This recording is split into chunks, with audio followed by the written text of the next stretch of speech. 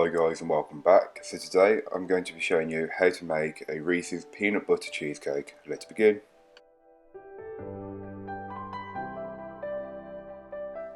So to start, you'll want to place your biscuits into your food processor and then blitz them until they become a crumb consistency.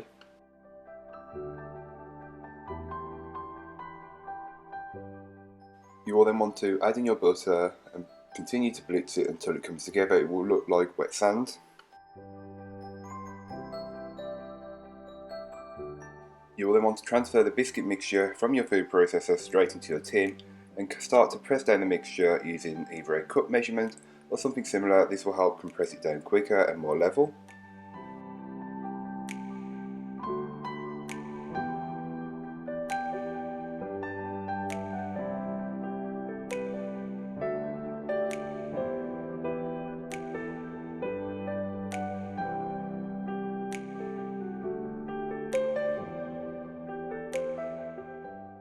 So to start, on the cheesecake filling, into a large bowl you'll want to add all of your soft cheese along with all of your peanut butter. I use the Reese's brand, but feel free to use whichever you like. And then you'll want to add in all of your icing sugar. This is optional, but I found that it works well, so it's up to you if you add it or not. You will then want to whisk this together for a couple of minutes until it becomes well combined. You will know once it's well combined as there will be no traces of a single ingredient.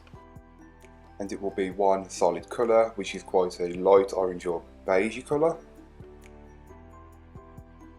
So this cheesecake is really easy to make, and as you can tell, you can make it by hand. You don't need a stand mixer or even a hand mixer. So feel free to make any of the other cheesecake recipes I've got uploaded to the channel by hand. So once your cheesecake filling is well combined, you will then want to add in your double cream and whisk this in until it's combined. You will notice that the consistency will change as it will become thicker and will hold its shape much better. While you're incorporating the cream, be careful not to over whip it as this will ruin the cheesecake. So on top of the biscuit base that you made earlier on, you'll want to add your cheesecake filling, getting as much of it in there as possible. So once you've got your cheesecake mixture into the tin, you'll then want to level it off to get it as smooth as possible. I'm using a small offset or cranked palette knife, but feel free to work with what you've got. A spoon will work really well here as well.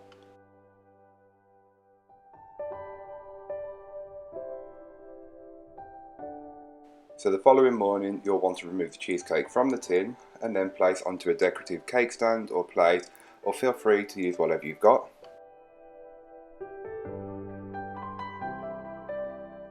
So for the whipped cream, you'll want to place your double cream, icing sugar and vanilla into a bowl and whip it up until it becomes thicker in consistency.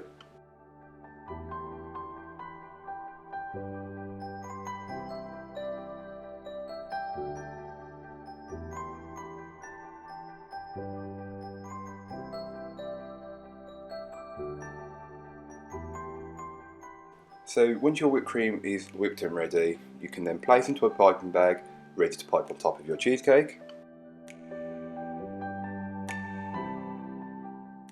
So for the final bit of decoration on this cheesecake, I opted to use some of the chocolate Reese's peanut butter spread, but feel free to leave this out. I then put some in a piping bag and just pipe over a drizzle effect on top of the cheesecake. Again, this is completely optional, so feel free to decorate it however you like.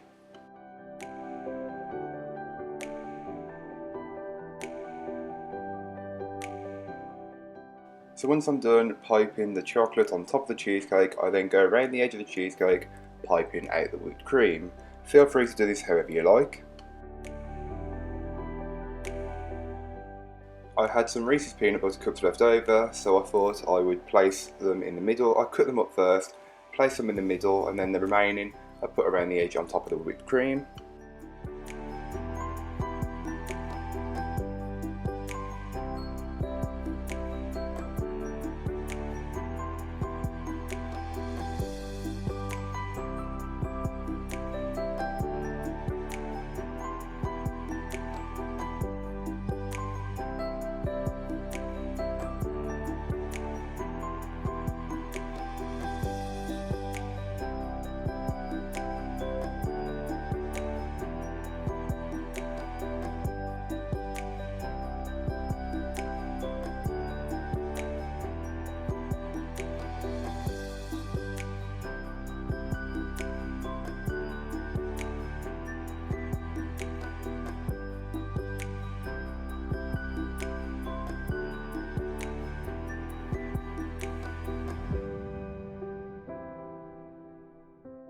Now, apart from that, that's all for this week, and I will be back next week. Bye guys.